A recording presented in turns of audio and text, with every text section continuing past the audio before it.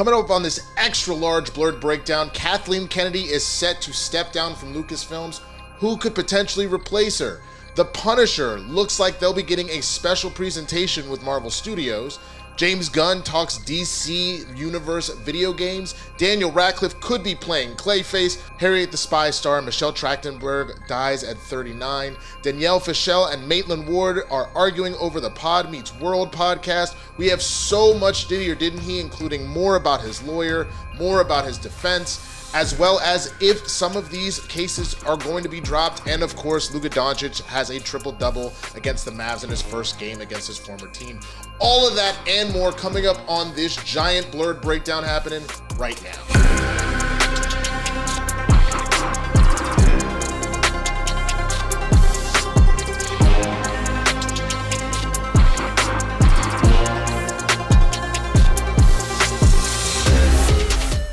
What's going on, everybody? I'm Winston Marshall, aka the Swaggy Blerd, and this is the Blerd Breakdown, the pop culture show for when you need to know, see what had happened was.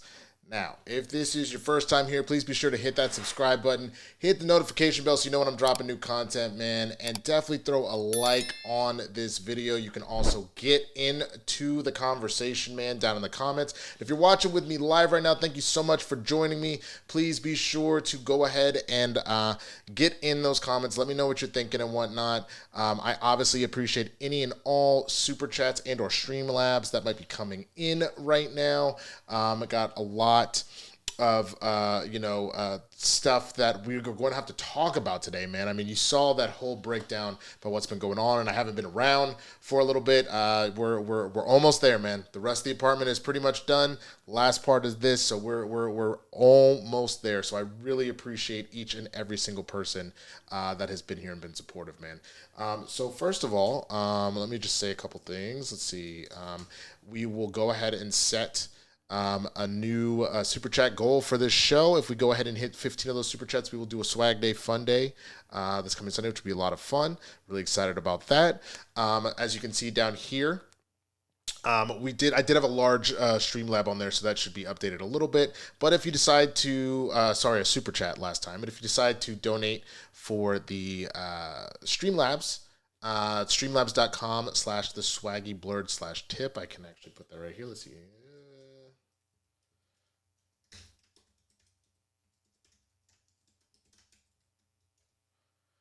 There's that right there. If you would like to do that, you'll also see that on when I'm doing the news stories there. You can tip there and get questions in there as well. My stream deck broke, so that would be super helpful to try and replace that. I really appreciate anything and everything. And then on the last stream I did, somebody actually asked if there was any sort of like housewarming like wish list, Amazon wish list.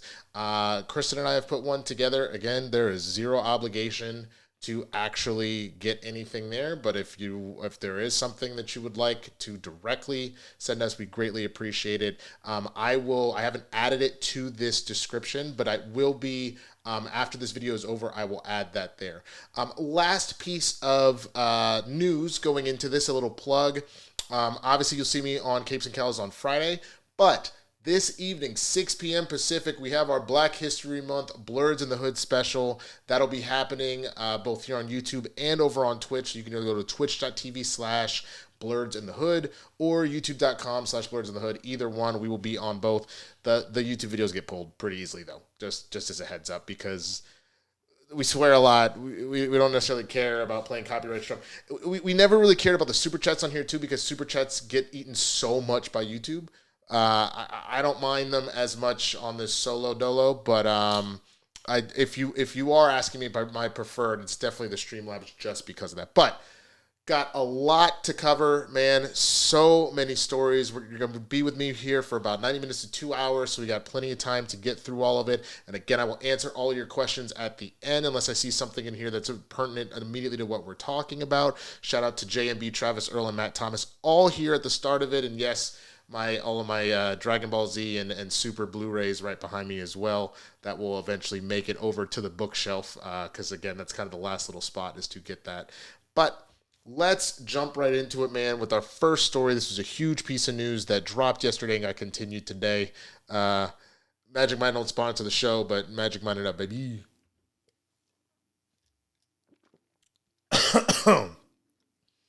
Excuse me. Goddamn. Hit the back part of my throat.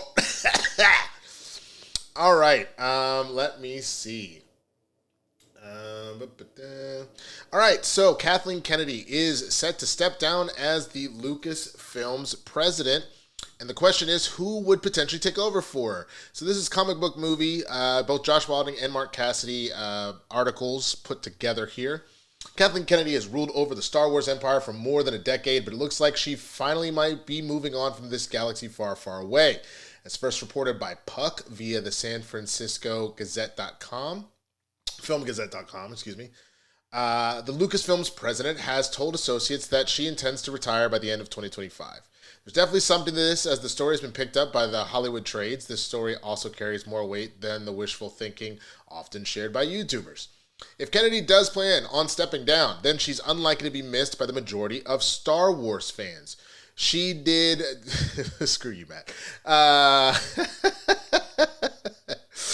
She joined Lucasfilms as co-chair alongside Star Wars creator George Lucas in 2012, and later took over following his exit when Disney acquired the company for $4 billion.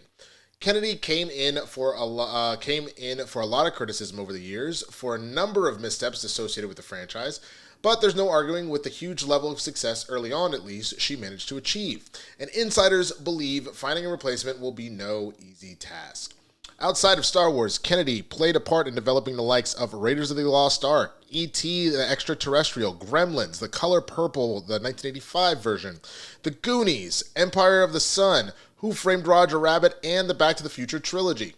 Initially, Kennedy found great success in this role. Star Wars The Force Awakens was a box office hit that grossed $2 billion worldwide. Some fans weren't happy with the movie, but it was a critical success, and 2 years later, The Last Jedi was another win for the studio. Rogue One, a Star Wars story, which grossed over $1 billion with a B in 2016, and received positive reviews despite reports of issues behind the scenes. The trouble started when she fired filmmakers Chris Lord and Phil Miller in the middle of shooting a solo Star Wars story. Longtime friend Ron Howard was enlisted to finish the project, but it was a flop. In 2019, The Rise of Skywalker was panned by critics and fans alike as a disappointing end to the Skywalker saga. Why did that jump so far? All right. We then entered into an era of movies being announced, only for them to never materialize, from trilogies being spearheaded by Rian Johnson and Game of Thrones showrunners D.B. Benioff and David Weiss, to Patty Jenkins' Rogue Squadron. Kennedy has become known to fans for making promises and then breaking them. Even 2 years on from the last Star Wars celebration, 3 movies announced in London from Sharmeen Obaid Chino, James Mangold, and Dave Filoni have all failed to materialize. Daisy Ridley's return as Rey, for example, has gone through multiple writers and creative teams.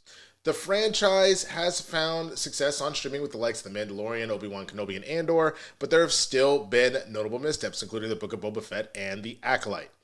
We've seen other failings on Kennedy's watch, including Disney Plus's Willow revival, which was panned by critics and later pulled from the streamer altogether, and Indiana Jones and the Dial of Destiny, another finale widely considered a letdown, and had a ridiculous budget that I talk about all the time.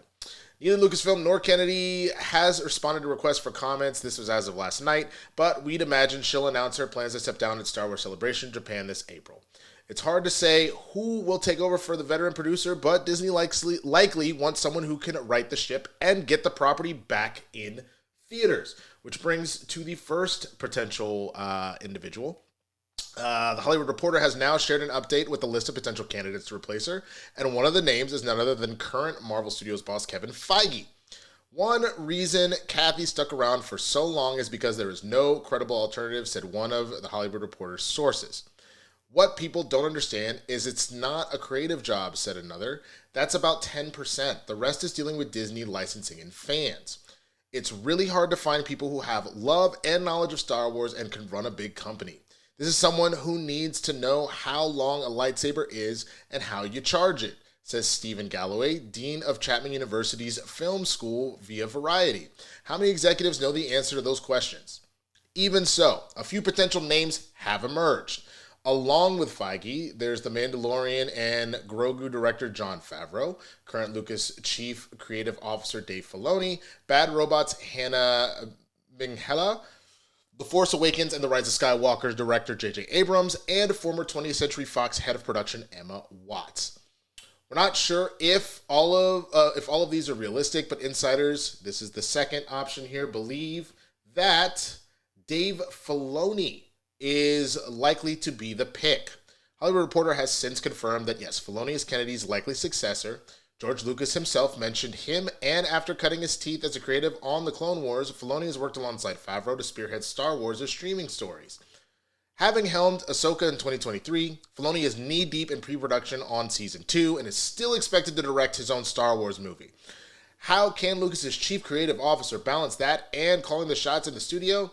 It's hard to say, but the trade notes, Filoni is already Disney's choice to succeed Kennedy and predicts his ascendancy will be announced at Star Wars Celebration in April.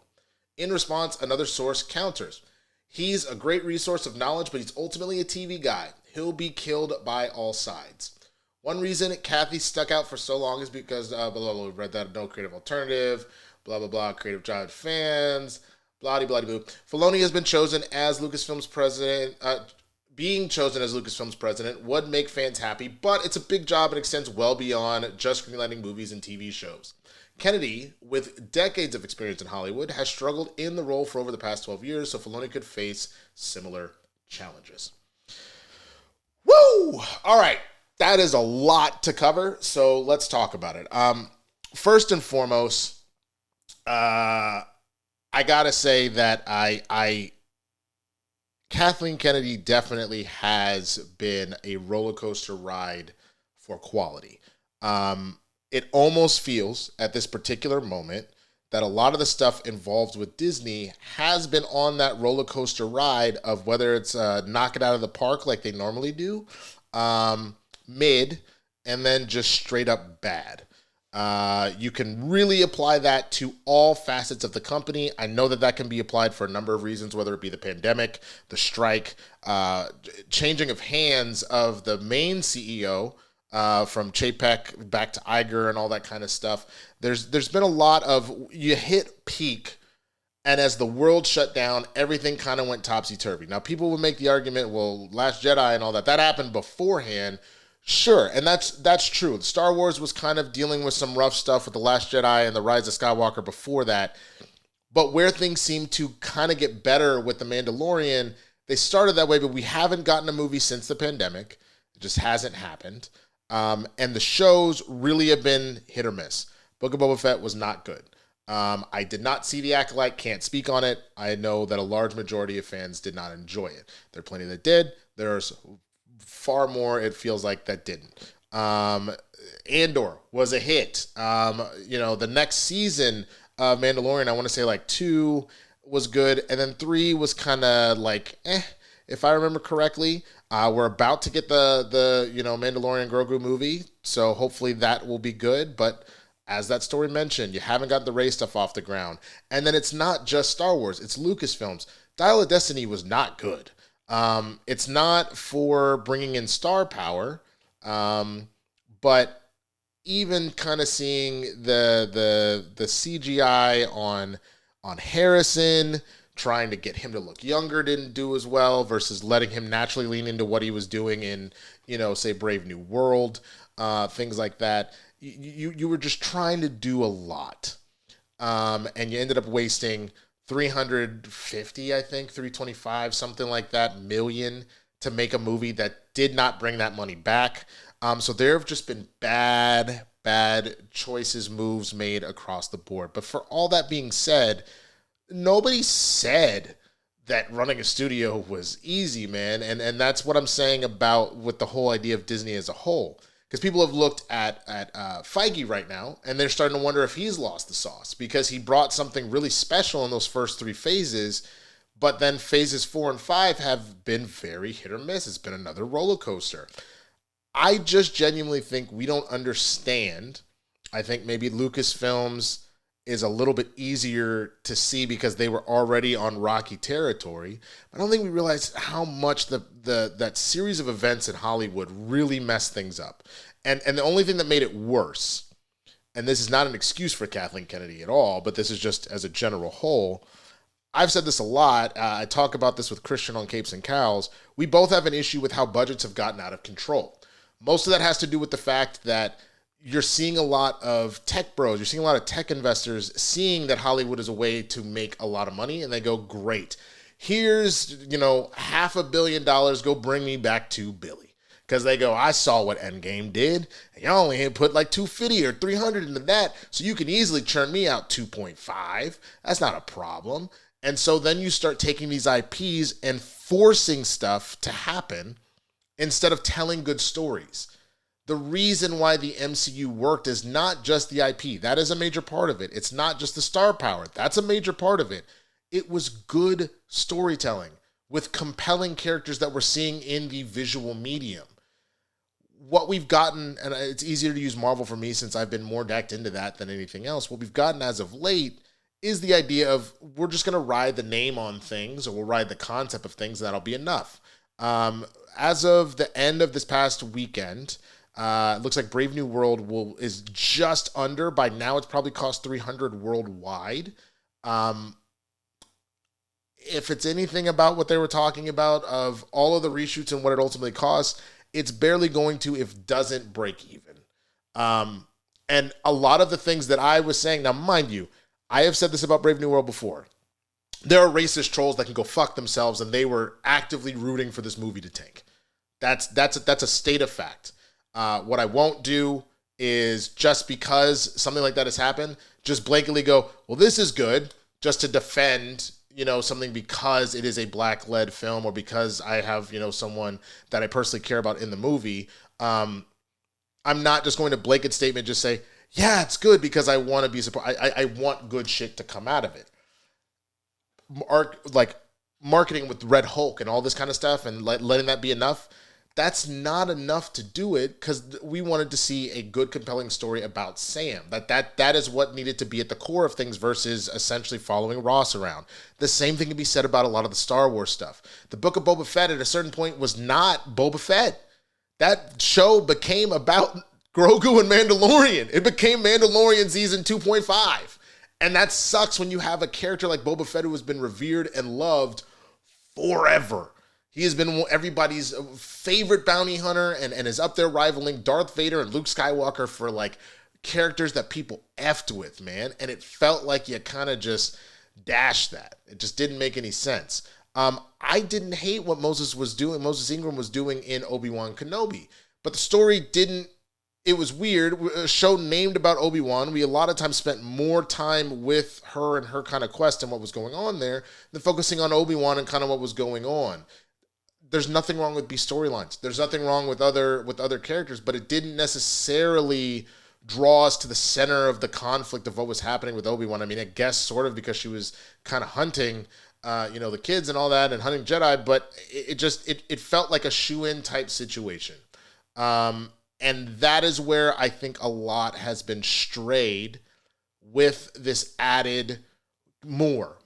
And I think that is still a pandemic strike Chapek issue of, we did great. Shit is going sideways right now. I need more. Give me more. Amp it up more. And the streaming wars that even came from it. Nobody asked for all these streamers to happen. But the studio saw an opportunity when you kept feeding everybody the idea of, we're going to cut the cable, that if we do these streamers, it needs to be fucking worth it. So we need to put out a bajillion shows. But again, the problem with that is stuff got overinflated.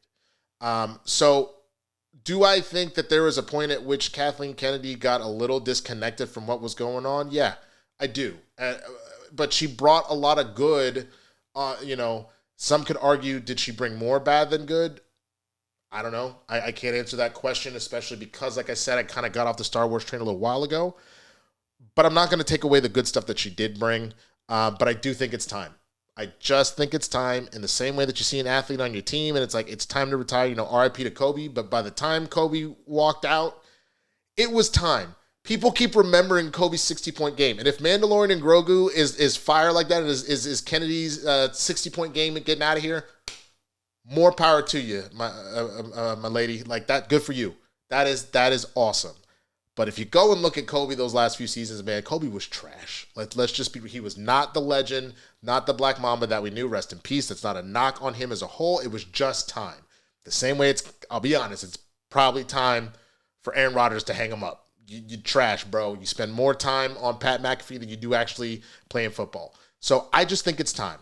And I think that bringing in either Feige or Filoni isn't a bad idea. I would lean more towards Filoni, not because I don't think Feige knows Star Wars. I know he does, but we can hear the reinvigorated energy he has now that he has the Fantastic Four, now that he has the X-Men, which he originally cut his teeth on as just a producer and not like a head producer, over at Fox for a while before he got the MCU. So I think let him now play out this next phase, and then once we've kind of gotten to the end of, once the X-Men and Fantastic Four are settled, if he wants to retire or go to do another thing, that's fine, but we're going to need somebody running Star Wars before then. So I think Filoni is a great choice. Maybe you do a situation like the DCU and do a split. So if Favreau is interested like that, so maybe you get a Favreau-Filoni kind of team up, because when they've teamed up before, they've been great. That's an option. Some of those other names that were on there, let me see if I can scroll back up real quick. Emma Watts, who was the head of production at 20th Century Fox. I think, again, if you want to pair Filoni with an Emma Watts or a Hannah Minghella, from Bad Robot, and have that kind of situation, I think that also would be a good option too.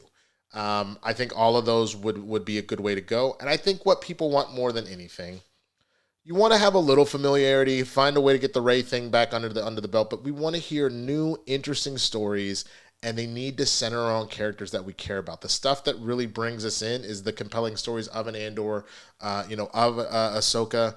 We need more of that. So give us the Rey movie that they were talking about, and then if you're gonna give Patty Jenkins a Rogue Squadron, let her do it. You know what I'm saying? If you're gonna give Weiss and Benioff a trilogy, let them do it. Don't promise this stuff and then not deliver. Not on this scale. Definitely not on this scale, and not for a franchise that is beloved by so many.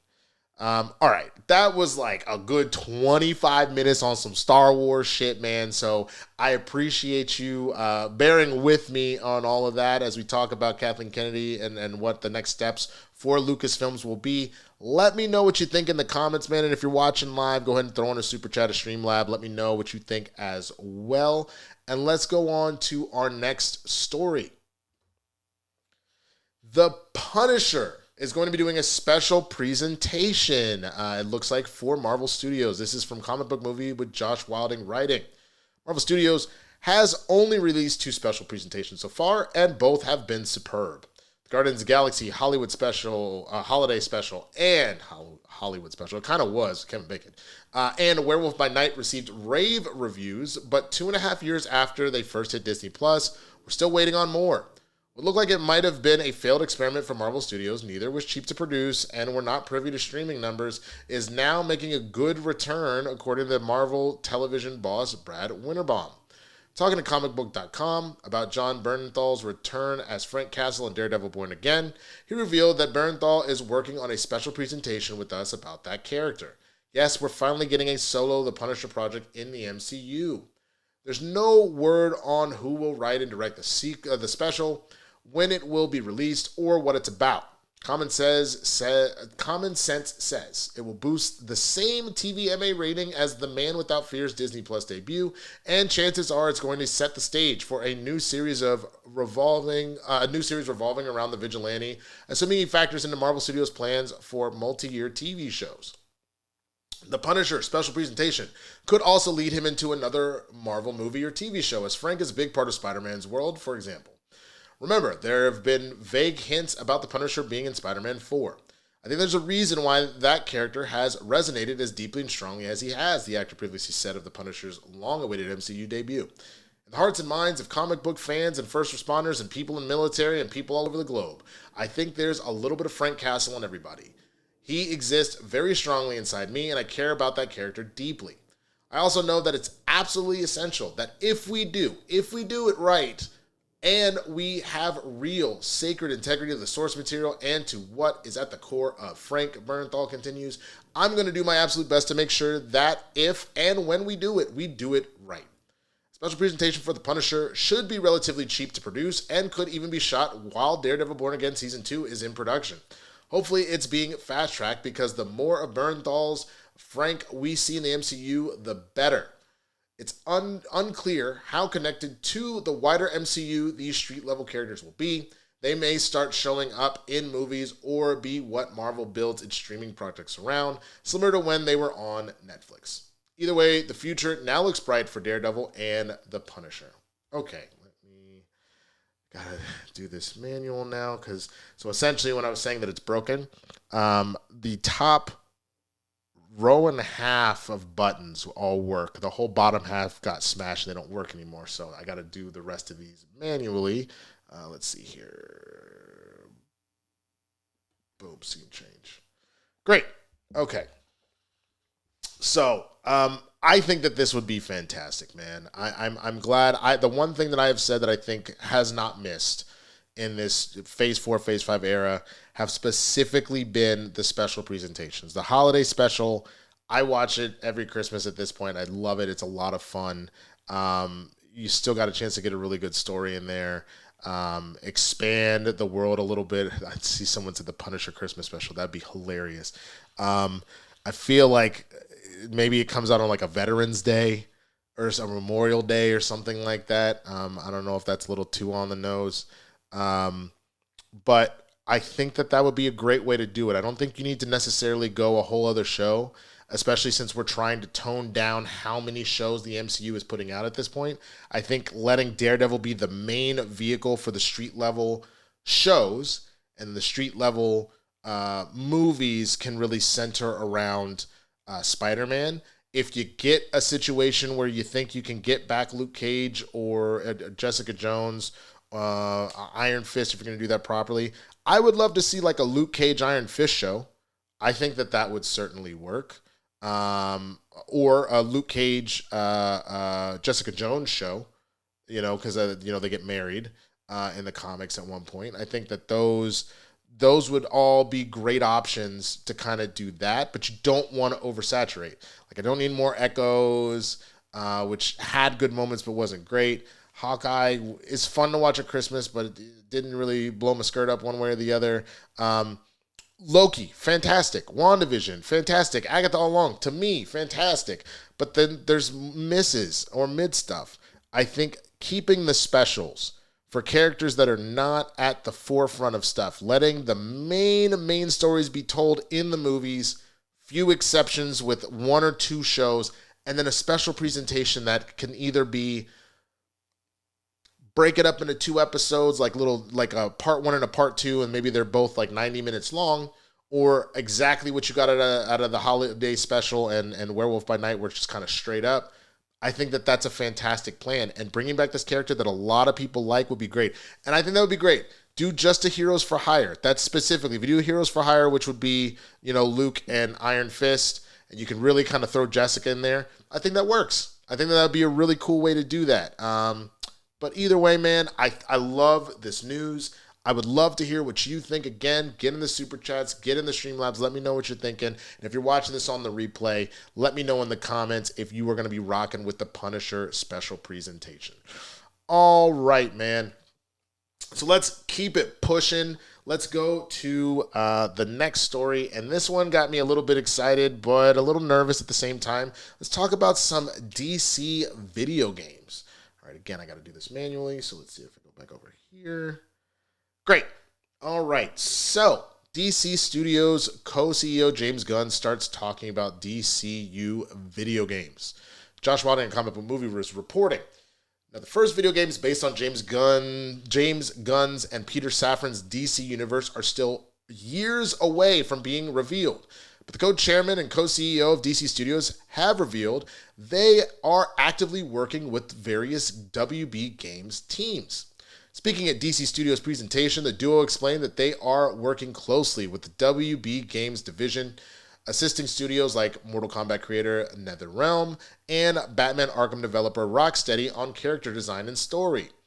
We work incredibly closely with JB Perriott, CEO and president of Global Streaming and Games, who runs at Division. And it's really the first time it's ever been this way at Warner Brothers, Safran explained. James and I sit with literally the guys that run the studios underneath JB, whether it's NetherRealm or whether it's Rocksteady, sit with them and talk about characters and stories that we're interested in and that they're interested in. Gunn added that they are seeing designs for projects in their very earliest stages, which allows them to provide feedback and advice during the initial planning stages. We see designs for the projects in the very early stages, Gunn said. We talk about those too. We talk about when they're talking about what the story might be, we say. Well, maybe you want to go this way because we're planning on maybe doing something with this character and so forth and so on and help them deal with that. But it's been great and we've enjoyed it immensely, Safran continued. Everything has been so siloed and now that's completely broken down and it's been great because it also applies to consumer products and experiences and everything that DC touches runs up through us now, which is awesome. If you don't include Peacemaker, which was originally a DCEU project, the rebooted DC Universe began last year with the Creature Commandos animated series. However, the first blockbuster film in the Gods and Monsters chapter will be Superman, which flies into theaters in July and marks the true beginning of the DCU. Unfortunately, fans will have to wait a little bit longer for video game inspired by the DCU as Gunn revealed that they are still a couple of years away from revealing it. Yeah, it's a couple years, but we've had some pretty active involvement in some stuff coming up. It's really interesting. The video games found itself in a bit of a rough patch the past couple of years after the commercial flop of Suicide Squad Kill the Justice League and the failed crossover fighting game Multiverses. But there's certainly no shortage of talent at the company, which is again home to Rocksteady, best known for the Arkham series, NetherRealm, best known for Injustice and Mortal Kombat. There's also the Monolith Productions, which is developing a single-player Wonder Woman game, though I just heard today, I think, although those reports it's in a troubled state right now. I think I heard that it got canceled today. That would be kind of crappy. We're not quite sure what the video games based on the DCU will be for WB Games, previously stated. They want to focus on its four most successful brands, though. Mortal Kombat, Game of Thrones, Harry Potter / Hogwarts Legacy, and DC, in particular, Batman. There have been reports of a new Batman single-player game. Unclear if it's going to be connected to the Arkham series or something to the DCU. More recent rumors suggest that Rocksteady is developing a new game based on Batman Beyond. Whoa. That'd be fire, though it's only for PlayStation. That's less fire. Although we're still years away from a full-fledged DC-inspired game, they're thinking that you might even be able to see crossovers in universes like Fortnite. When you talk about interaction with our video game guys, with our gaming department and other things, that sounds like something that wasn't a lot of corroboration on. But now we're talking to Fortnite. Which character should we focus on? Literally, James is signing off on the designs, and I'm giving notes on the designs Gunn throws in there. Do we want to see some character skins for the upcoming Superman movie added to the popular Battle Royale game? All right. Yep. So Monolith did indeed get shut down. Damn, that sucks, man. The other thing that I heard Gunn saying apparently that he'd be interested in doing a DC version of Rivals. I'm not against it. I think my only thing about that is Rivals is doing gangbusters. Stop trying to necessarily mimic something else. You know, Rivals kind of just unseated Overwatch. The idea that you're going to come up with a direct competitor that'll do it. You tried that with Multiverses to go against Nintendo and Smash Brothers, and that didn't really work. I'm not saying that you can't take similar play styles of games, but why not come with something specific like the Arkham series? I don't think there are many games. The only game that I can think of that has really rivaled the Arkham series as far as a superhero solo player kind of thing is the Spider-Man games that came out. They're on like the same kind of echelon there. Marvel hasn't really. I mean, I guess they did because it's Spider-Man, and Spider-Man is Marvel.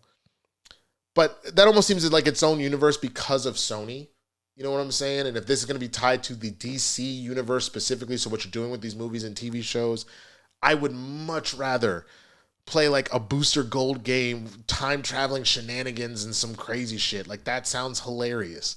I would much rather have a real detective Batman game that I'm really having to go through. Like, give me the action of Arkham Knight, but then you did some detective work in those games, which I really enjoyed. But throw me in that hole. Like, God, what was the name of that game? Someone remind me in the comments, man. Made by Rockstar. Set in like the 20s during Prohibition. I can't remember right now. And then you would all like the people make fun of it where you would like X, that's a lie, or whatever the fuck that was. Give me a game like that, man. Or even see, somebody just noticed my Zelda tattoo. Yes, I have 2 Zelda tattoos and a Dragon Ball. But yes, this is my life bar. This is a quick aside. Every time I complete a major life event, I fill one of them in. So I actually need to go get one filled in for this. I never did from when I started walking again, so that needs to happen. If you would like to know what the rest of them are, you can send it in a super chat, or maybe during the next AMA I can tell you what the rest of the hearts stand for. Anyways, give me something that's kind of an original. Like, I know there was a lot of drama with Hogwarts Legacy because J.K. Rowling can't ever shut the fuck up and just make her money. She's got to run her mouth 24/7. So that bit into the sales a little bit, but not enough that it wasn't a massive success. It was a very well-designed game that a lot of people really loved. So why not go the route of trying to come up with something unique instead of trying to carbon copy? Because to be honest with you, that's where the DCEU got in trouble with the MCU. You saw how the Avengers films were like printing money there for a second, and as you were opening that up, so you said, we got to jump into the Justice League immediately. You started off strong with the Man of Steel, and then you immediately, instead of doing a Man of Steel 2, jumped right into a Batman v Superman, which was kind of meh. And then while you did have success with Wonder Woman and you had financial success with Aquaman, you forced a Justice League that wasn't really ready, and then things kind of turned on their side, and you never really recovered. Do it at your pace, with your own style, with your own fucking ideas. I love that everybody loves my tattoo. Thank you. I appreciate the love for that, man. But yeah, I just think that what is already kind of set this apart, and I want it to stay that way, is the fact that Gunn is going at his time and pacing. We're not putting a movie into production until the writing is good. We're not greenlighting something until like the showrunner looks good, the cast looks good, like everything, all the ducks need to be in a row, and then we'll go. We're not going to half-ass this. That is what's going to make it work. So same shit. You need to, these games, let these studios cook. Let these gaming studios cook, and then tie it to the characters that you're telling these stories with, because nothing would be cooler where it's not necessary that you have to play the Booster Gold game, but it adds so much more depth to Booster Gold or something like that. You know what I'm saying? That's what we want. That's what we want to see out of a good game. But I want to know what you think, if you're on the same page with me with that, or if you're feeling a little different, man. All right, so I'm going to take like a split-second break. I need to get something to wet my whistle, man. I've been building up suspense. So I'm just going to put this back on for like half a second. Bear with me. Don't go nowhere, all right?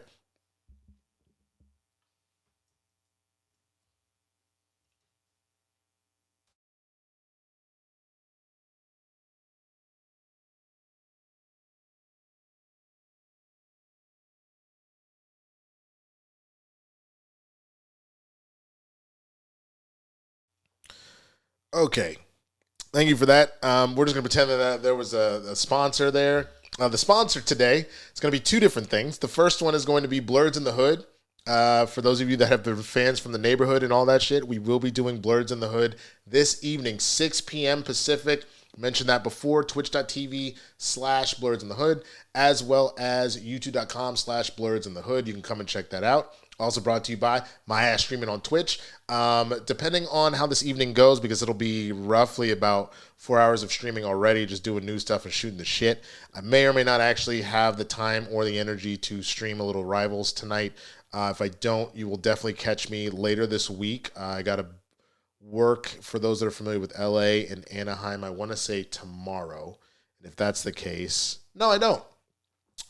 So yeah, tomorrow, once I'm done with work, I will, if I don't, I'm a hope that I have this call back, so I got to do the stream a little bit later, because that's for a national commercial, so let me go get this bread. But if the callback doesn't happen, then I will start a little bit earlier, probably about 2:30 or 3. If it does happen, then I will do it in the evening on Thursday. And then the last one is the comic shop, man. Shout out to my homegirl Cheyenne. She took a story that she wrote for fun, turned it into a proof of concept, made it to film festivals, got a Kickstarter going. The Kickstarter fucking got popping off, and now she is fully funded this web series, man. It is going to be absolutely amazing. I just went to the table read this weekend. I'm actually going to be in it, which is really cool. Again, she's a good friend of mine. Was not expecting that, but I was very happy that I could be a part of that and help. And so it is hysterical. For those of y'all that fucks with the culture, whether it be nerd culture or black culture, man, she brings it all. Her writing team is very smart, very funny, and that shit is going to be hilarious. So production goes into effect in the next coming weeks here. And once I have more information about when it's dropping, you definitely want to check that out. But go ahead and search on YouTube, search on the webs in general for the Comic Shop web series. Got to check that shit out, man. It is awesome. All right, now let's get back to the show with our next story, man. Got a little bit more DC news for you before we start to get to some of the more general stuff going on in the pop culture sphere, man. Daniel Radcliffe is being eyed to play Clayface. It's a rumor that's going on right now with Josh Wilding reporting from Comic Book Movie. DC Studios recently enlisted Speak to Evil director James... It's supposed to be Speak No Evil? It probably is. I think that is. Excuse me. Whoa, that was right in the mic. I am so sorry. I also prefer having this shit on the side, man. It throws me off a little bit, but instead of having it right in my face, phrasing, pause, hold on. No Diddy. Anyway, let's start this over. DC Studios recently enlisted Speak No Evil director James Watkins to helm Clayface. Given the filmmaker's horror background, if you've not seen Eden Lake, make sure to track it down. I will not. Kiss my ass. All signs point to this being one of the most messed up comic book movies ever. I don't want to... I'm not trying to do no horror shit if I can avoid it. The DCU set project will begin shooting later this year, and we now have our first casting rumor. According to the Insider, Hollywood Harry Potter star Daniel Radcliffe is one of two actors currently being eyed for the role of Basil Carlo, aka Clayface. Radcliffe previously worked with Watkins on The Woman in Black. The actor has made a big effort to shake off the shadow of The Boy Who Lived in recent years, taking on vastly different, typically well-received roles in movies like Weird, the Al Yankovic story, and The Lost City. We'll see what happens, though rumors claiming James McAvoy was being lined up to play Clayface have since been debunked. Talking to Cinema Blend about Clayface last week, DC Studios co-CEO James Gunn said, "One of the things Peter and I talked about when we first got the script is if we were producing movies 5 years ago, like when we were doing the Belko experiment and all that stuff, and somebody had brought us this horror script called Clayface about this guy, we would have died to have produced this movie. Because it's just really an excellent body horror script, and the fact that it's in the DCU is just a plus," he continued. Then we have Clayface, pure fucking horror, like totally real. Their version of that movie, it's so real and true and psychological and body horror and gross. It's definitely rated R. That rating isn't overly surprising as DC Studios. That rating isn't overly surprising as DC Studios is expected to deliver a mix of PG-13 and R-rated movies set in the DCU. Whether this decreases the odds of Batman making an appearance remains to be seen. The first iteration of Clayface debuted in the 1940s, mere months after the Joker first menaced Batman. At the time, Basil Carlo was little more than a deranged B-list actor and killer who dressed up as the sinister Clayface character he played in the past. Furious had been recast in the monstrous role. Carlo went on a killing spree that saw him target the cast of the film made without him. Carlo eventually gained shape-shifting abilities, but Matt Hagen, an adventurer who had turned into a monster after encountering a radioactive pool of protoplasm, is perhaps the most popular version of the villain thanks to Batman the Animated Series. Yep, I'm very familiar with Hagen. In the show, he's portrayed as an actor who was using an anti-aging cream to look younger. After getting on the wrong side of its creator, Roland Daggett, Hagen is doused in a vat of the stuff and transforms into a monster. Third Clayface, Preston Payne, with Sandra Fuller and Cassius Payne, Peter Millay and Todd Russell and Johnny Williams all following. Clayface is scheduled to arrive in theaters on September 11th, 2026. Ooh, man. All right. I don't think that you would have a better actor. I think the two that stick out in my mind are James McAvoy, and then bringing in Daniel Radcliffe, I think, is a great choice. The only thing that I would say is I would, even though it sounds like McAvoy's not a part of it, I like McAvoy or maybe another actor slightly older. I liked the idea of Alan Tudyk playing him. Alan's not old, but he's significantly older. And I think the idea of an older actor that's losing it, now I get it that Radcliffe is getting up there, but he's around my age. I think he's a little younger than me. That's not, you know what I'm saying? There's something a little more compelling about somebody who's maybe in like their late 40s, and maybe you were like, if you weren't like the soap star and you just never got over the hump, or maybe he was an A-lister at one point, but now he can only get B-list stuff because you can't keep up with the looks, and you're doing some sort of argument about, all these influencers are taking all the good roles now because they got 1 million something followers and you don't do the social media. Whatever story you want to tell with that, and then this thing of trying to fight Father Time. I'm not saying that Radcliffe can't bring the sauce. He's a fantastic actor. I just think the idea of it hitting a little bit harder with an older actor would just genuinely hit. Yeah, Radcliffe's only 35. You know what I'm saying? Don't get me wrong. At 37, I'm starting to feel like, if y'all know, the last 3 roles I went out for in the last week, man, and I'm glad to see that auditions are really kind of kicking back in. Today was for a dad, and I had to pretend to host a tea party for my kids, for my daughters. The one before that was for a TSA agent. And the one before that was for another dad who was like, man, you mean I could save all this money if and I can't tell you what brand it is. You're probably trying to guess in your head. You're wrong. But all dads now. And so there's a part of me that's like, damn, so I'm not playing, the college stuff is way gone, but not even the 20s, early 30s screw up. Like, they're straight up, you dad age now, bro. It F's with you a little bit. So I think pulling somebody a little bit older, I think, and really kind of telling them, and then a commentary of what age is, and stuff like that, I think would really slap. I think that would really go hard.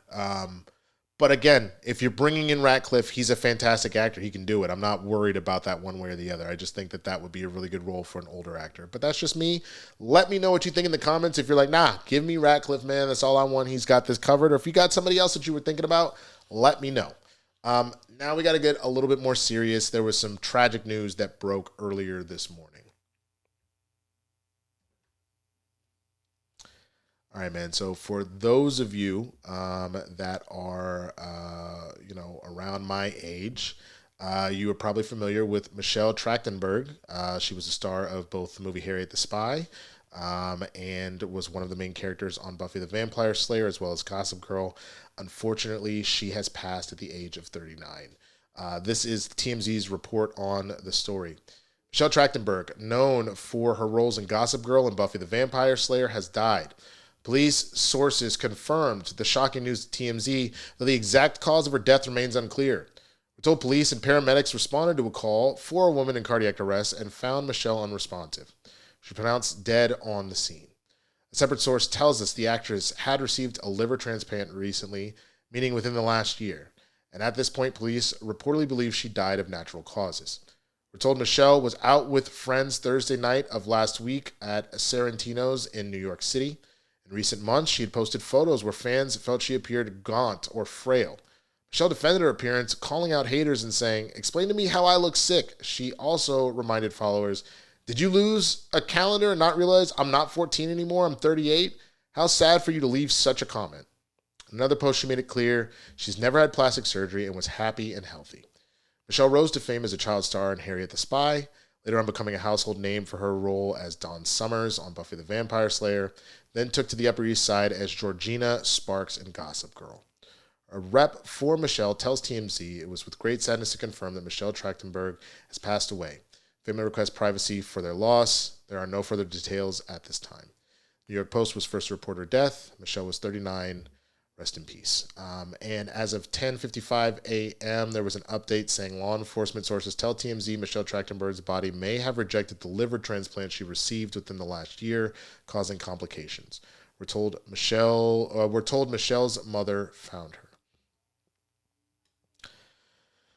Yeah. This one hurts for a number of reasons. There is the first part of I remember her on, in Harriet the Spy. I remember her on Buffy the Vampire Slayer. For whatever reason, she had a reoccurring role on the game show Figure It Out on Nickelodeon, for those that remember that, man. And that's where Nickelodeon stars would come on and try and guess a kid's secret talent. And if they couldn't figure it out, the kid would win all sorts of stuff, whether it be vacations or video game cabinets or whatever the hell it might be. And she was on there a lot, man. And she was always so funny and so full of life. I think why this hurts is not only is it an immediate attachment to childhood, she's only 2 years older than me. The last few years, for those that have been rocking with me, you're aware that like I've been dealing with a lot of death and a lot of family illness kind of going on all around me, man. And so this kind of rocked me just to think that like, damn, 39, like that is way too young to go. You're hoping people make it to 70s, 80s. Things like that, and especially someone that has been so successful, you would hope that, money and the best doctors and stuff will be able to help you. And the truth of the matter is there's no guarantee. There really is no guarantee on this planet whatsoever. You can have all the money in the world and it doesn't mean shit potentially, So all that being said, I recently, as of last night, I've got new insurance now. I've been talking to, this is a doctor that I had previously a couple years back. I went back to now that my insurance changed. I'm making some pretty radical changes in my life at this moment for my health. I really got inspired to do that after everything my sister was going through last year. I want to be a father one day. I want to be able to be around for my kids as long as possible, be around for my lady as long as possible, and just be around for myself and to be able to do things that I enjoy doing and things like that for a long time. So I hope that you will do the same.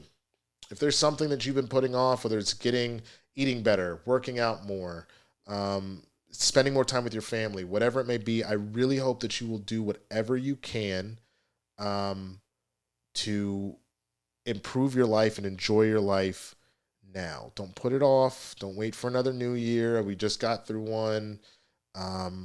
Take the time to do that stuff now, because you never know when our number's going to get called, man. And so with that, I just want to send love and healing energy to the Trachtenberg family, all of her friends and family, and all of her fans. That is a tragic loss. So shout out to her family and sending a lot of love your way. Rest in peace, Michelle. All right, let's stick with childhood for a minute. Let's talk about a little drama that went down in the podcast sphere a couple days ago. Let's see if this will work. Hold on. Uh-oh. Okay. Former Boy Meets World co-stars Danielle Fishel and Maitland Ward clash on the podcast Pod Meets World. All right, let me pull. I forgot to add in the video that somebody, TMZ actually recorded the whole thing. Let me see here. So I couldn't download it directly. So what I did was I've recorded on my phone. So let me just drop this over really quick. Oops. Maybe a more broad, general question for you is... I'm going to pause. I'm going to fix a couple things. Let's see if it'll let me in the first place. Counterclockwise? Yep. Alrighty. Tighten that up. Okay, and then that will go. Thank you for your patience, because, I'm doing this ghetto on the fly. I forgot to do this before we got into this. There we go. Okay, so this is the audio recording from the show, man. So check this out. And then I want to make sure I can hear it. Bam. All right, here we go. Do you hate us? No, I don't hate you. Okay. I don't hate you. I think that you hate me because you wouldn't speak to me on when we would go to Girl Meets World and everything. And that was hurtful. That was okay. I wouldn't speak to you? No. I did talk to you. No, not really. I don't feel as though I was not good with you, but I definitely didn't have a relationship with you that was like, oh my gosh, my long lost friend, Maitland. But I was working. It was a very, very difficult set. So you don't listen to the podcast regularly, but your overall opinion of it is that we are negative about Michael and Ben and the show. Be honest about this. You're trying to go at me now to get the ratings because you know that people will be interested in Maitland. I don't want to go with you guys. I just want to remember good times. No, Maitland, sorry. I'm not the one who wanted to go for ratings. I'm the one who texted Will to ask for your phone number so that, like adults, we could have a conversation off the air. When you said rock the stats, I realized, got it. This is someone who's seeing an opportunity to, again, use this opportunity to get into the ratings. So this is what you asked for. I wanted to write you a text and say, can we talk about what our feelings are? Genuous to have to be reminded that you unfriended me from Facebook, and that after I wrote you a very heartfelt letter, and it was heartfelt. I hadn't read it until I heard about it in whatever year it was, 2022. Yes, you didn't even care to look at it. So because it was in the graveyard. Okay. We weren't friends on Facebook. Okay. We were not friends on Facebook. It didn't come to my message. I hadn't read it until I was aware it existed. All right. So, let's talk about this for a second, man. So let me give you the TMZ's full breakdown here. Danielle Fishel revisited a heated estrangement from her former Boy Meets World co-star Maitland Ward. It's safe to say it sparked one heck of a firestorm. DF had Maitland on the latest Pod Meets World episode to chat about her switch to adult entertainment, but things got heated when Danielle straight up asked, "Do you hate us?" And that's when the drama really kicked off. You hear the back and forth, which we just did, and the stuff that was going on there. The tension dragged on for a while. Danielle even called out Maitland for speaking to TMZ about her issues with her former castmates. Danielle later confirmed to Maitland that she didn't hate her and that things eventually cooled off. Boosted stats. This podcast was so heated, there's no doubt those numbers exploded through the roof. So I got a lot of stuff that I actually feel about this one way or the other. The first thing is this. I know one of them, and the other one, I know somebody that works with the other.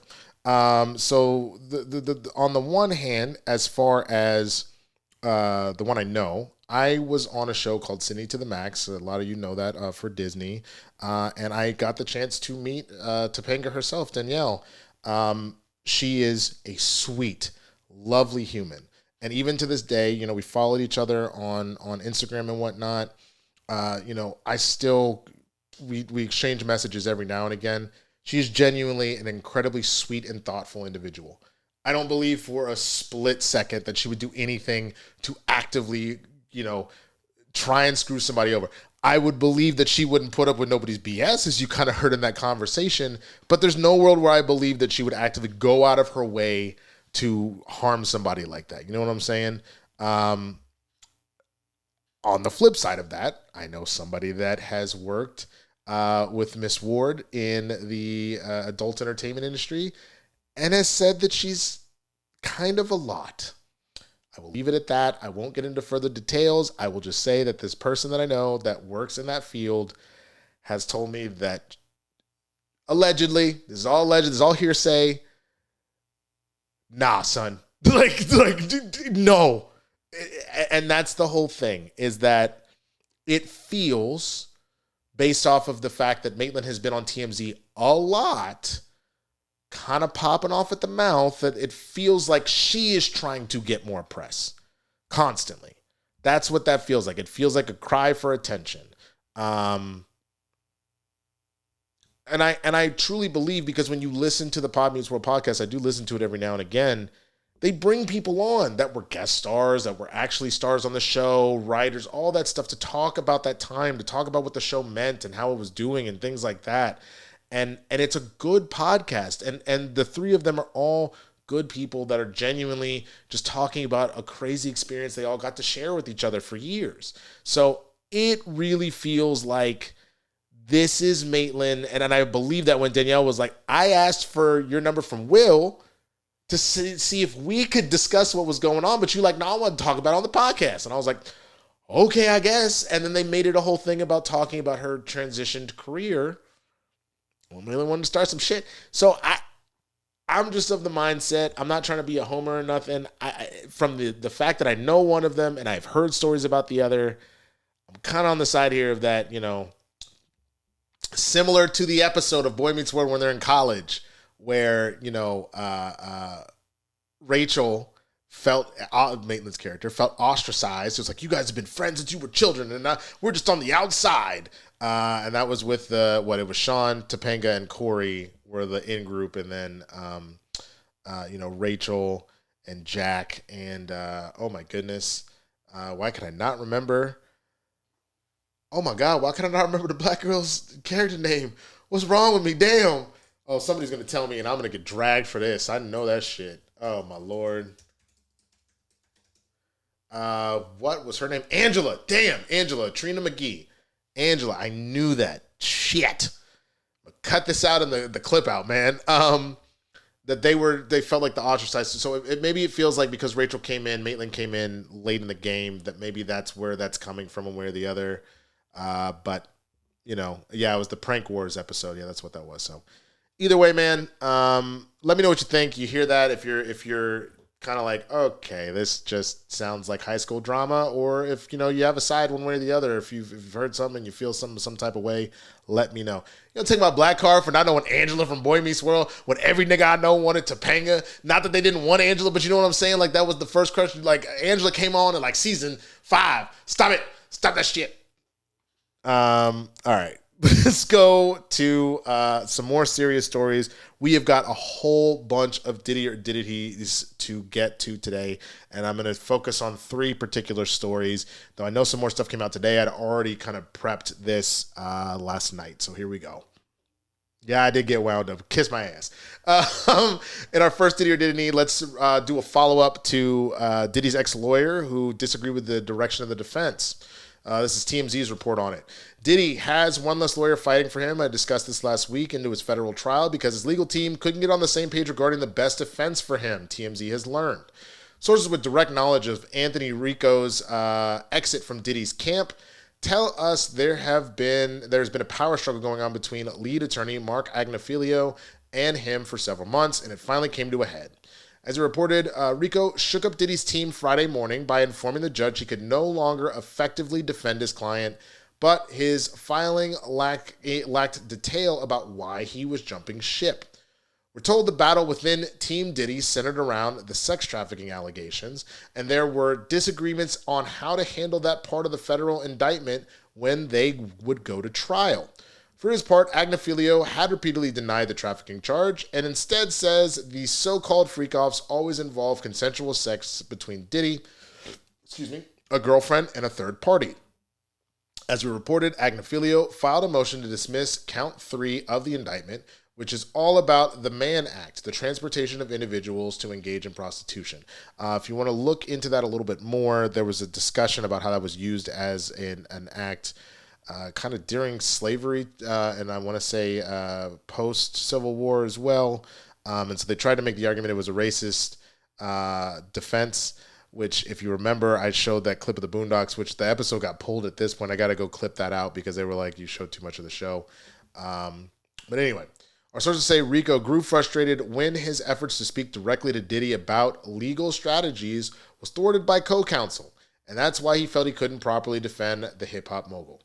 We're also told Rico strongly believed they wouldn't be ready to go to trial by May 5th, the scheduled start date, and thought they should ask the judge for more time. His co-counsel strongly disagreed. Push came to shove, and Rico peaced out.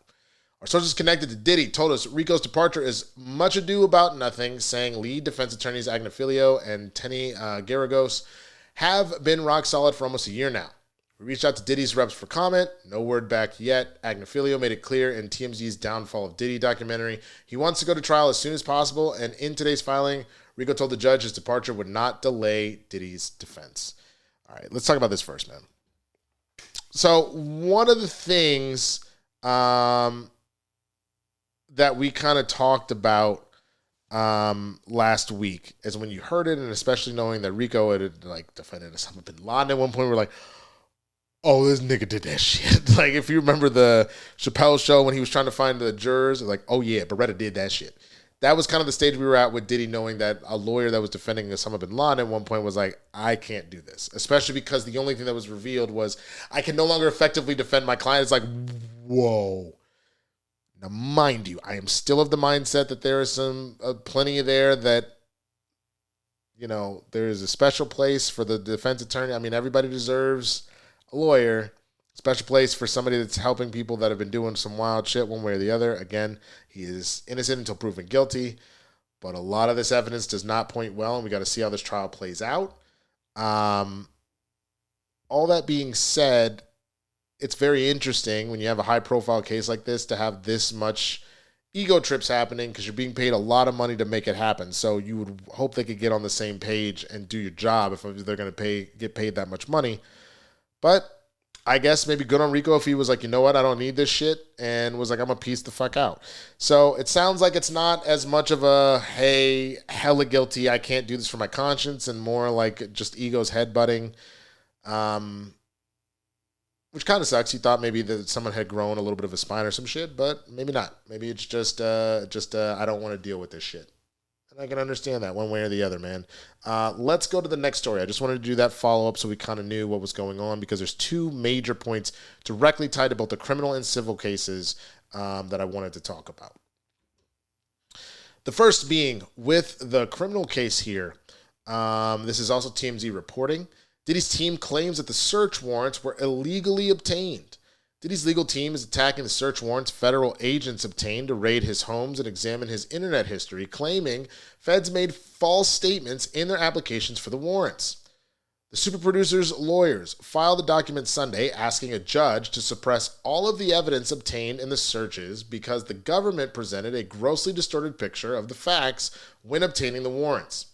Diddy's team says the feds had a variety of evidence that would prove at least one alleged victim willingly participated in the so-called freak-offs.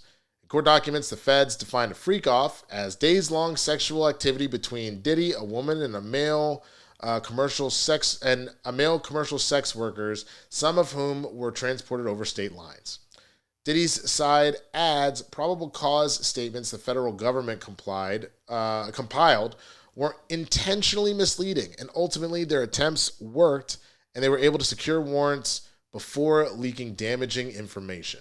The federal government hid the alleged victims' financial motivations for their accusations, Diddy's team adds.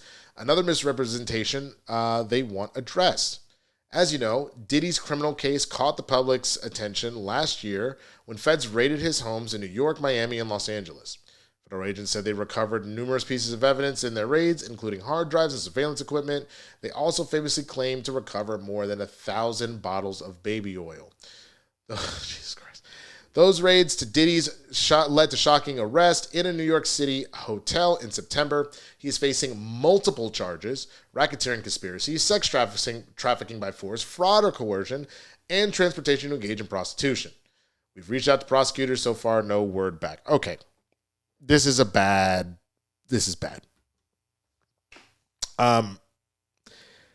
Because what this sounds like, and again, this is coming from somebody that I do find law increasingly interesting, especially because I watch a lot of Law & Order and a lot of Law & Order SVU. What it sounds like is not an admission that Diddy didn't do this shit. It sounds like the prosecutors and the feds have overstepped and done shit illegally. And where I get frustrated is this is the one thing I've said over and over again. If Diddy is innocent because he didn't do this shit, that's a different conversation. You should be able to, clear your name and get out of that, right? If Diddy did do this shit, I said that I needed the prosecutors and I needed the feds to do this by the fucking book, because you don't need somebody that is allegedly this much of a monster to get out on fucking technicalities. And if there is any validity to this shit that Diddy's team is presenting, you are setting up for failure, not being able to prosecute this man, and then this nigga gets out on a fucking technicality the same way that Bill Cosby did, the same way that you've seen, like that OJ did. You got Furman's racist ass throwing the N-word and planting motherfucking evidence, and then OJ walked and could only eventually get arrested at that point because he stole some memorabilia of his own back. Bro, if he truly is one of the greatest monsters we've seen, if he is Black Epstein, is what this has been made out to believe, and y'all niggas got so overzealous that you let this man there is a special place in hell for you for not only not getting justice for all of these victims, but for once again, and this is the only part of me trying to defend a black man, anything, and it's not even that, because it should apply to everybody with the justice system. Don't make that shit up. There's a reason why black people don't fucking trust the police, the judges, none of this shit, because they will use this shit to try and bury a motherfucker. Clearly, it sounds like there's enough evidence to do this. Do your job better and get those warrants properly, and then have a bulletproof motherfucking case so these fancy pants lawyers can't try this bullshit. Now, I'm very curious to see how this plays out, and if this is just the team trying to spin some shit, because like they tried with there's racism that did it.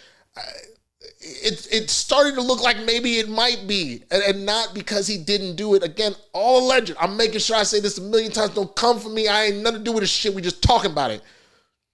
But God damn it, if this motherfucker is a monster and you let the monster out in the streets because you didn't want to make sure the battery cells are fucking good. For those that watch Your Friendly Neighborhood Spider-Man, how many times they warn that motherfucker, I'm not going to say who because I don't want to ruin anything. They warned the super scientist that really wanted to open the motherfucking warp gate. Don't do it, son. This is a bad plan. Then you open up the motherfucking warp gate, everybody almost died. Like, fuck, bro. So that's my thoughts on that, man. Let me know what you think specifically. Let's talk about this last Diddy or didn't he real quick. The attorney, Tony Buzbee, is apparently unable to practice law in the Southern New York District. This is from page 6. Tony Buzbee has hit a roadblock. The Texas-based attorney, who is representing more than 100 alleged victims in sexual assault lawsuits, these are civil cases, against Diddy, was recently denied admission to practice in the Southern District of New York. Buzbee can seek pro hoc vice admission, however, within the Southern District. This means he could be granted permission to practice on a case-by-case basis, but would need to attach the denial form of the Committee on Grievances to every one of his requests moving forward. According to the SDNY order obtained by page 6, Buzbee allegedly appears in cases in this SDNY court without seeking admission. Buzbee took to social media over the weekend to address recent inquiries about whether he had been barred from practicing in the state of New York. The attorney shared a photo of his New York license via Instagram, writing in part, "Let me be clear, I'm licensed to practice law in New York. I'm in good standing with the state bar and have always been. Although I prefer Texas, I'm proud of the legal work we're doing in New York," he continued. "Don't believe the clickbait or dramatic headlines. Most of what's reported nowadays is pure bunk by those with an agenda. Notably, those who have passed the bar in New York must apply separately for admission to practice in the U.S. district courts in the Eastern and Southern districts." Buzbee is yet to respond to page 6's request for comment. Oh boy. All right, so this is another one of those situations of dot your T's, cross your I's, and there has always been a concern with Buzbee just based off the cases he has a tendency to take and be at the center of. Is the idea of, is this motherfucker ambulance chasing almost and not necessarily doing the things that needed to be done to help these victims, but more like I see dollar signs. And so that's a lot of the concern here, is that, again, there was this quick, I'm going to do what I got to do to get up on all these cases and whatnot. And there's been a lot, because you got to remember, one of the other major things that has happened recently is this push to try and go get Jay-Z. Remember that I didn't cover it because I was off at the time dealing with the move and all that stuff. But the case against Jay-Z has been dropped. The witness there, again, that story was diced to pieces, holes punched in it left and right of accuracy and all that kind of stuff. That Jay-Z case is gone. And so that's what I'm saying is you're looking at a situation where there's smoke, there's fire. And I get this idea that there's always going to be, well, he said, she said, and these are the people trying to frame me. Like fucking Eric Adams' bitch ass want to turn around and say, all the Negroes in New York that try to get me out of here, God help them. And I got to give Pat McAfee fucking credit. My dude was on, I guess, CBS Good Morning, when they were talking about, so when you said Negroes, what did you mean, Eric Adams? Like, what did you mean by that, sir? And he kept trying to finagle his way out of it one way or the other because he thinks he's Black Trump. Called it out. And so that's the same thing. I want justice for these victims, man. If there's any truth to it, this is all alleged. We haven't gotten through these cases yet. We haven't seen all the full evidence. We've just heard filings. There's validity to this shit. These victims deserve all of the protection, all the justice in the world. So fuck these people that are taking advantage of them to try and go get a quick buck out of shit, man. But god damn, if Buzbee fucked this up, trying to ambulance chase and shit like that, that would be awful. That would be absolutely awful. And if this is, his enemies trying to frame him, then okay, cool. Then throw your shit in, prove your business, and everything will play itself out. That is what is being reported right now. I want to know what you think about any of these Diddy stories, man. Please be sure to go down in those comments. We've got one more story for you right now, man. Covering a little bit of sports. So confused and so sad. But please be sure, if you would like, you can go to streamlabs.com/swaggyblerd/tip. It is pinned here. And you can donate and ask a question. You can also throw in a super chat, either or definitely works. But let's get to this final story.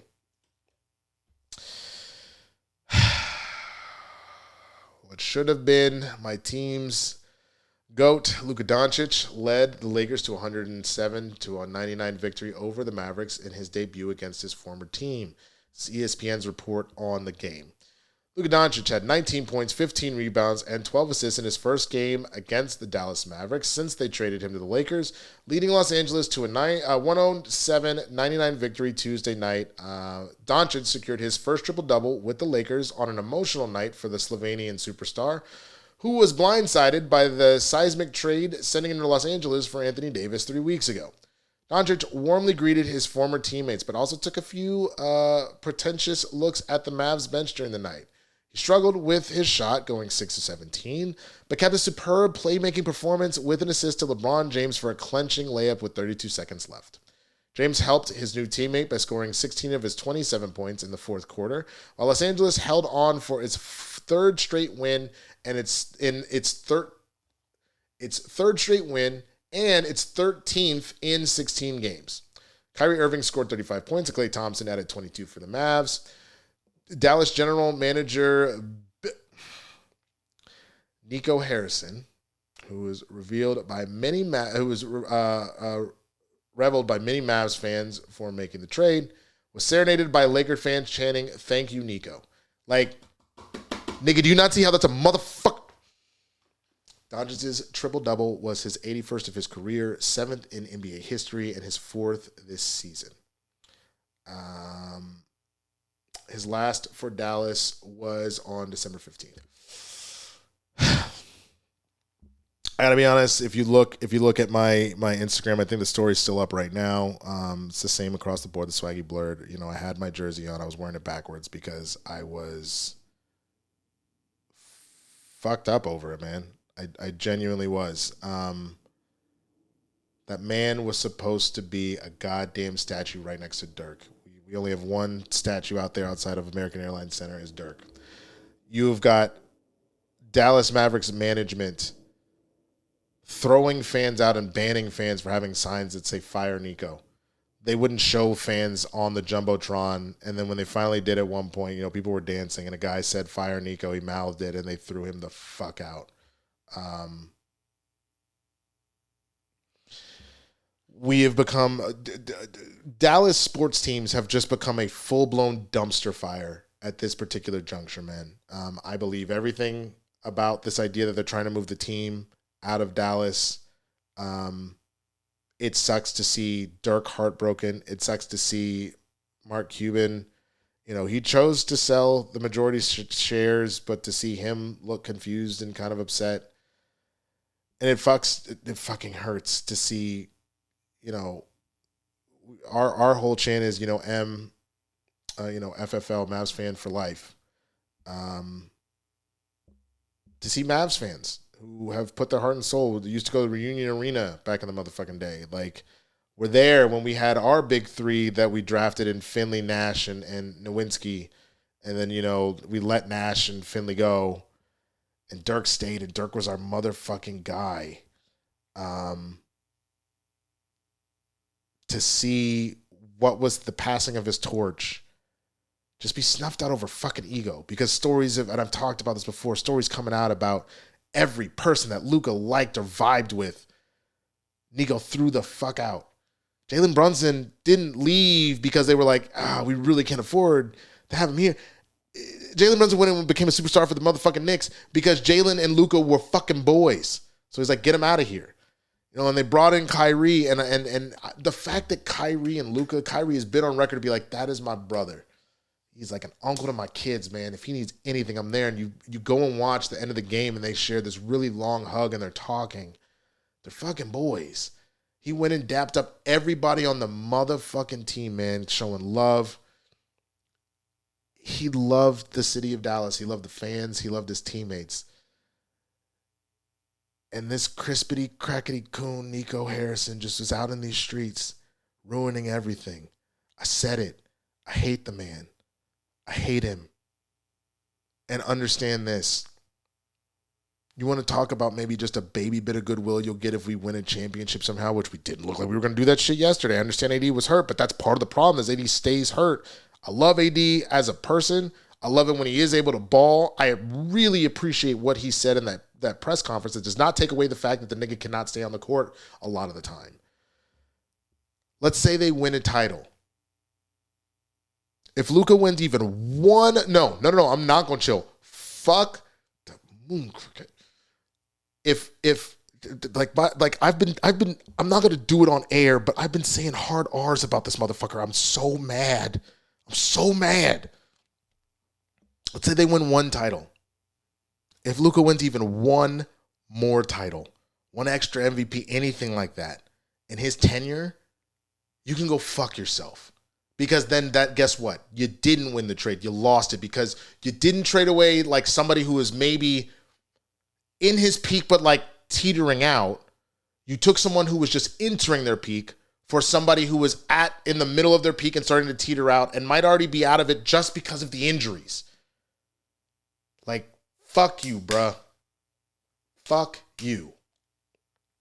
And if you didn't do it for your ego, but you did it for your masses, because Dumont's going on here and he clearly doesn't know what the fuck he talked about married. He looked like the Jared Kushner of fucking basketball. If that's what happened and then you're throwing out motherfucking fans for just expressing displeasure, then I don't know what makes you worse. I genuinely don't. I genuinely do not know what is worse. You doing this because of your ego or you doing this because you were kowtowing to some people that clearly don't really give a fuck about this team. They just care about dollars. I didn't think I could hate anybody in Dallas sports more than Jerry Jones, and I found it. Fuck, man. I really hate to end the show like this. I don't want to do that. Let's go to the super chats, man. Because I brought the mood all the way down. Like, started saying some of the most heinous shit I think I have ever said on a live show. And I just don't even care because I'm so upset. Oh, they're probably going to demonetize this bitch. And that sucks. That sucks heavy, bro. I'm probably going to have to, when I do the clip out, I'm going to have to bleep some shit out. Oh, man. Oh, man, I just can't even fucking... And then you want to make jokes. This nigga want to make jokes talking about, oh, I'm probably not going to be here in 10 years. I got like 3 years. Ha, ha, ha, ha, ha. Fuck you. Nigga, because we're Mavs fans for life. You only be here for 3 years, nigga. That means you a visitor. That means don't put your fucking feet on my goddamn table, ho. Have some goddamn respect in class. Fucking dick. Because at the very least, go get some fucking pics. You fucking... They're going to monetize this video. So please send in more Super Chats and Streamlabs. I'm so mad. All right, JMB. Thank you so much for the Super Chat. What are you looking forward to this year? Thanks.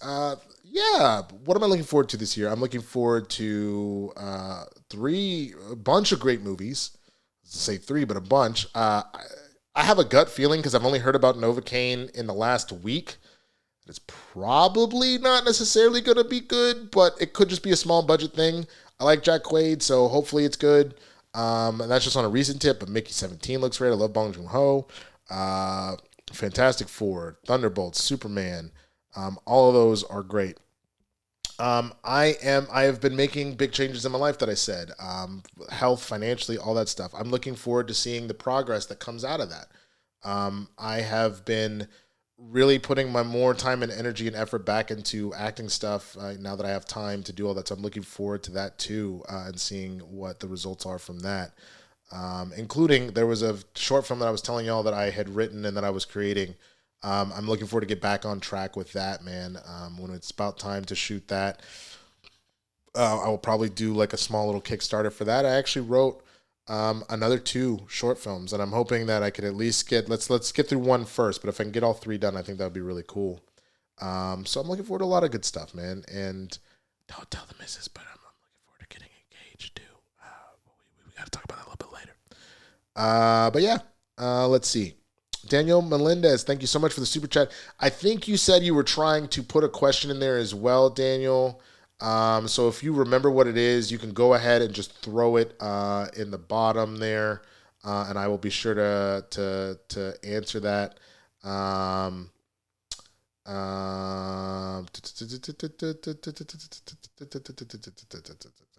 Oh, Daniel, you're a big bada boom on Twitch. Dope. Appreciate you, bro. And then finally, DJ Case, thank you so much, who says never chill. I appreciate that, man. That's the thing. When you get into something that is so closely tied to people's emotions in sports, that's what you want out of it. You gotta take the good with the bad. You genuinely have to take the good with the bad. You were playing with money is playing with my emotions. All right, you robbed this man of 9 figures. At the very least, you could have done a sign and trade. Like if you were gonna really get rid of him, you could have done a sign and trade for my nigga Luka. That's wild, bro. So. All right, so those are all the super chats and the Streamlabs. I want to thank everybody so much for joining me for the Blerd Breakdown today. It was so cool to be able to do that with you guys. I got a question. Do you prefer this kind of midday show? I've been thinking about kind of setting that up to do either like a noon to 1, a 2 to 3. This was a little longer because I haven't seen you in a while and there was a lot of Diddy stuff to cover. Do you like the idea of that, of a longer one? I will set up a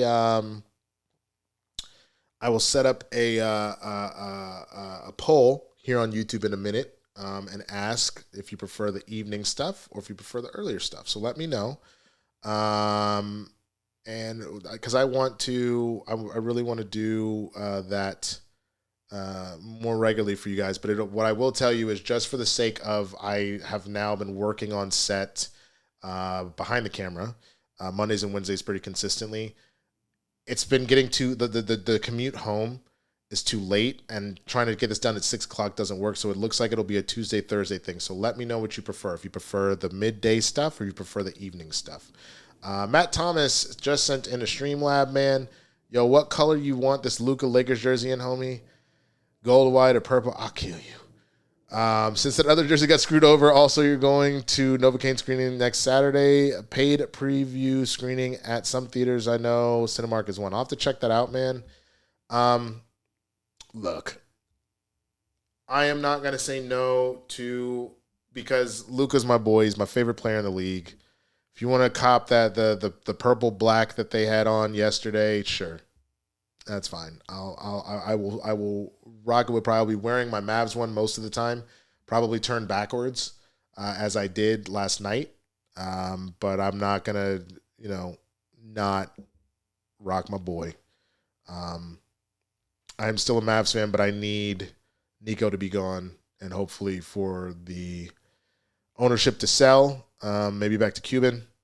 But I will still be supporting Luka. I don't think I can ever call myself a Laker fan, but I am a Luka fan. And that's that. So, all right, I didn't want to get back to the depressing shit. Here's what I'm going to do. I need to check in with Jay. If he is ready to start getting stuff going for Blerds, we're on at 6 p.m. Pacific. Remember, that's twitch.tv/blerdsinthehood or youtube.com/blerdsinthehood. If he's ready to start getting that going, great. If he's not, then I will hop over on Twitch just for a little small stream right now until he is ready and play a couple rounds of Rivals. But that's going to be it for the Blerd Breakdown, y'all. Please, again, if you haven't already, subscribe to the channel, hit the notification bell. Throw a thumbs up on this. And as I mentioned, oh my God, not my brain, not working. Oh, the poll. I will put a poll out. Please vote on the poll at which time slot you like a little bit better. Alrighty. Got nothing but love for y'all. Y'all stay safe. I will talk to y'all soon, man. Just a couple hours here, man. Peace.